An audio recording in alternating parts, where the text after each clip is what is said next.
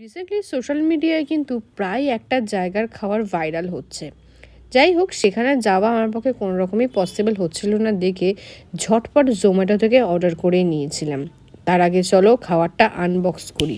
যাই হোক, তোমরা দেখতে পাচ্ছ এখানে চিকেন কষা আছে, যেটা যথেষ্ট টেম্পটিং। সঙ্গে ছিল 2 পিস চিকেন মোমো, যেটা এখন আমি ঢালছি। আর পাশে যে প্লাস্টিকটা দেখতে পাচ্ছ আছে, সেটার মধ্যে আছে লাচ্ছা পরোটা 2 পিস। এই যে টোটাল কম্বোটার দাম পড়েছিল 198। অর্ডার করেছিলাম দ্য পিঙ্ক সল্ট থেকে, যেটা আছে বাঁশধনীতে। স্পেসিফিক্যালি এই দোকানের কম্বোগুলোর জন্যই কিন্তু এই দোকানটা এতটা বেশি ফেমাস হয়েছে। এবারে আসি খাবারে। সত্যি কথা বলতে কি, খাবারের মান এবং দাম দুটোই আমার ভালো লেগেছে। ডিসঅ্যাপয়েন্টেড যেটা হয়েছি সেটা হয়েছে এই মোমোটার ভেতরে যে স্টাফিংটা সেটা অত্যন্ত কম।